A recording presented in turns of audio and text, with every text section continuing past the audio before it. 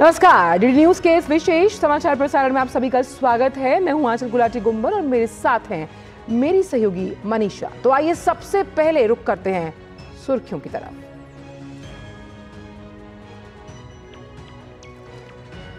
लोकसभा चुनाव के दूसरे चरण के लिए आज शाम थम जाएगा चुनाव प्रचार का शोर। शुक्रवार को 13 राज्यों की 88 सीटों पर डाले जाने हैं वोट।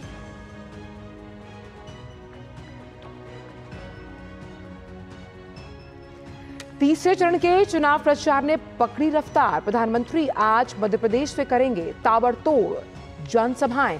छत्तीसगढ़ के अंबिकापुर में भी करेंगे चुनावी रैली।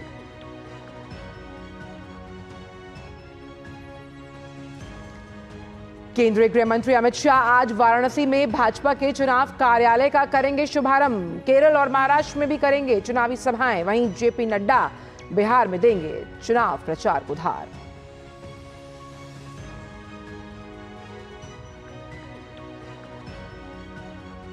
तीसरे चरण के लिए विपक्ष का भी धुआंधार प्रचार जारी। ओडिशा के मुख्यमंत्री राज्य के लोगों से मांगेंगे वोट। वहीं बीआरएस अध्यक्ष के चंद्रशेखर राव तेलंगाना के मिर्यालगुड़ा में ठोकेंगे ताल।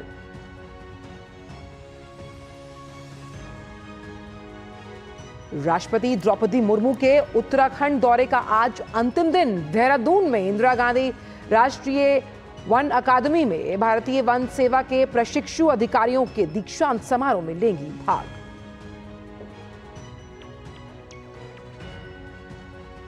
सुप्रीम कोर्ट ने केजरीवाल की गिरफ्तारी पर ईडी से मांगा जवाब। शराब नीति घोटाले से जुड़े मनी लॉन्ड्रिंग मामले में केजरीवाल ने अपनी गिरफ्तारी को सुप्रीम कोर्ट में दी थी चुनौती। सुनवाई आज।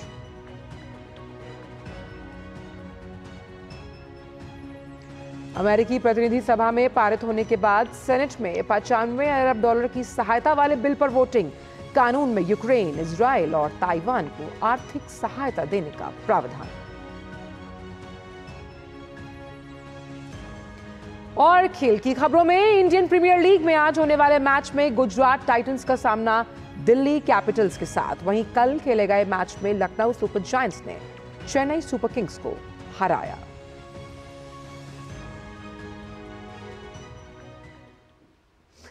और आइए अब जानते हैं इन सभी खबरों को विस्तार के साथ। देश की 88 लोकसभा सीटों पर दूसरे चरण के तहत मतदान 26 अप्रैल को होगा। इससे पहले आज शाम 6 बजे चुनाव प्रचार थम जाएगा। लोकसभा चुनाव के दूसरे चरण में 13 राज्यों और केंद्र शासित प्रदेशों की 88 लोकसभा सीटों पर होना है। असम, बिहार, छत्तीसगढ़, कर्नाटक, केरल, मध्य प्रदेश, महाराष्ट्र, मणिपुर, राजस्थान, त्रिपुरा, उत्तर प्रदेश, पश्चिम बंगाल और जम्मू कश्मीर वह 13 राज्य हैं जहां दूसरे चरण में वोटिंग होनी है। दूसरे चरण में खास चर्चा केरल की वायनाड सीट की है, जहां से कांग्रेस नेता राहुल गांधी चुनाव लड़ रहे हैं।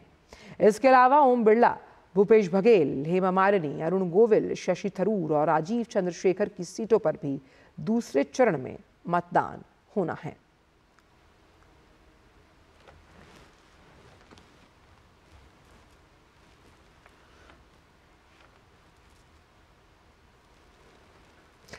लोकसभा चुनाव के दूसरे चरण के लिए चुनाव प्रचार का आज अंतिम दिन है और इसके साथ ही तीसरे चरण के लिए चुनाव प्रचार भी जोर पकड़ चुका है।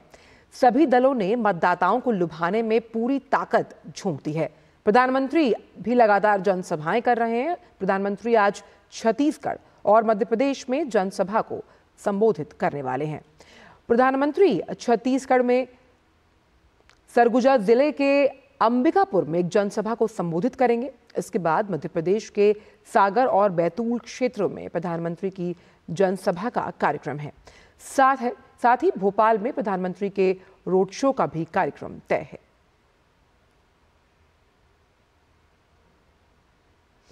भाजपा के स्टार प्रचारक अमित शाह आज केरल, महाराष्ट्र और उत्तर प्रदेश में बीजेपी उम्मीदवारों के पक्ष में ताबड़तोड़ चुनावी प्रचार करेंगे।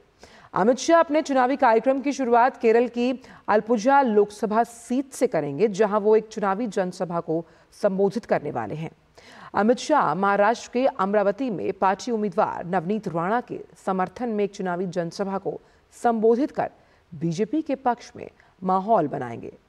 शाम को अमित शाह उत्तर प्रदेश के वाराणसी में प्रधानमंत्री नरेंद्र मोदी के लोकसभा क्षेत्र में भाजपा के चुनावी कार्यालय का भी उद्घाटन करने वाले हैं। भारतीय जनता पार्टी के राष्ट्रीय अध्यक्ष जेपी नड्डा आज बिहार के खगड़िया जिले में गोगरी जमालपुर में एक जनसभा को संबोधित करेंगे। बिहार के खगड़िया लोकसभा सीट पर तीसरे चरण में चुनाव होना है। इसके मद्देनजर जेपी नड्डा भारी मतों से एनडीए को जीत दिलाने के लिए अपील करेंगे।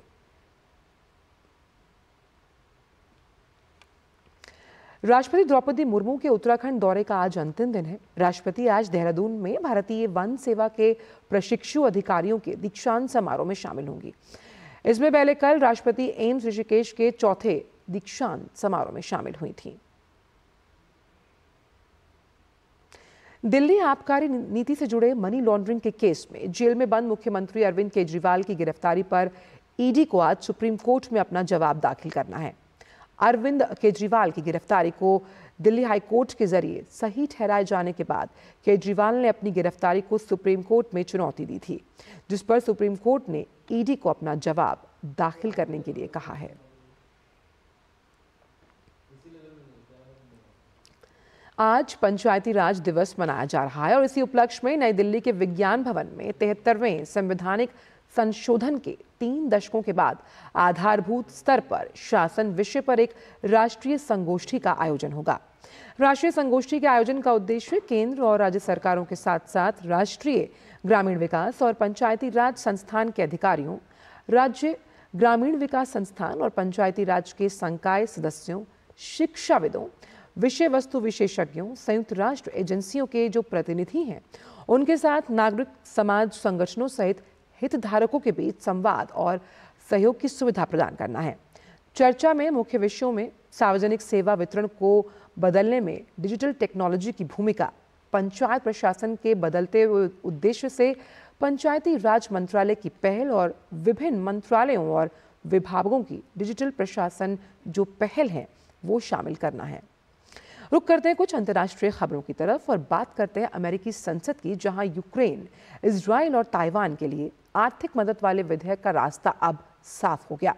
इन देशों के लिए अरबों डॉलर की विदेशी सहायता वाले विधेयक को अमेरिकी सेनेट में अंतिम मतदान के लिए मंगलवार को आगे भेजा गया है।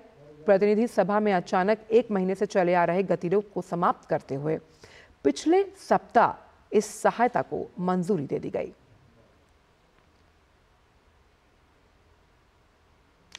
बात आईपीएल की, जो आज होने वाले मैच में दिल्ली कैपिटल्स का सामना गुजरात टाइटंस से होना है। दिल्ली की टीम 6 अंक के साथ अंक तालिका में 8वें स्थान पर, वहीं गुजरात की टीम 8 अंक के साथ 6ठे स्थान पर। गुजरात टाइटंस ने अपने पिछले मैच में पंजाब किंग्स को मात दी थी, वहीं दिल्ली कैपिटल्स को अपने पिछले मैच में सनराइजर्स हैदराबाद के खिलाफ हार का सामना करना पड़ा था। और फिलहाल इस विशेष समाचार प्रसारण में इतना ही। मुझे और मनीषा को दीजिए इजाजत। नमस्कार।